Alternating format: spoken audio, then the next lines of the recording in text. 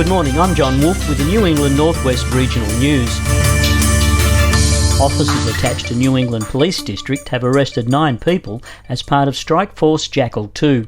The strike force commenced last Thursday to combat serious property crime in Moree and surrounding areas. Those arrested are aged between 11 and 20 and were charged with various offences, including aggravated break and enter, destroy or damage property, and take and drive conveyance taken without consent. Inquiries are ongoing, and anyone with information is urged to contact Crime Stoppers on 1800 333 000, and information is treated in strict confidence. The public is reminded not to report information via New South Wales Police social media pages.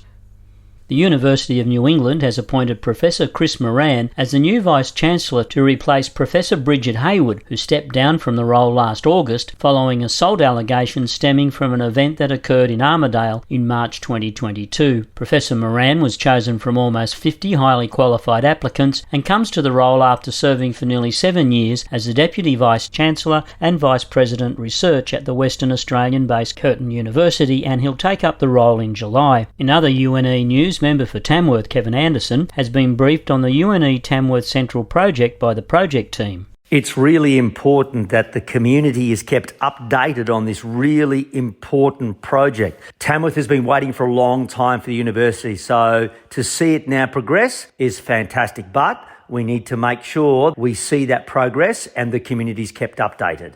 Farmers are reporting increased mouse activity within the Tamworth and Liverpool Plains region, and there are fears that a mice plague similar to that in 2021 is on the cards. Steve Henry from the CSIRO said normally as we move into the cooler season, mice numbers tend to drop off, but that's not the case this year. President of the Tamworth branch of the New South Wales Farmers Association, Kevin Tongue, said it's not a big problem yet in the Tamworth region, but it's growing in western areas and farmers must be vigilant. Keep our eyes open and make sure that we don't leave grain and stuff laying around. I've made representations that the DPI have got baits available for us when needed.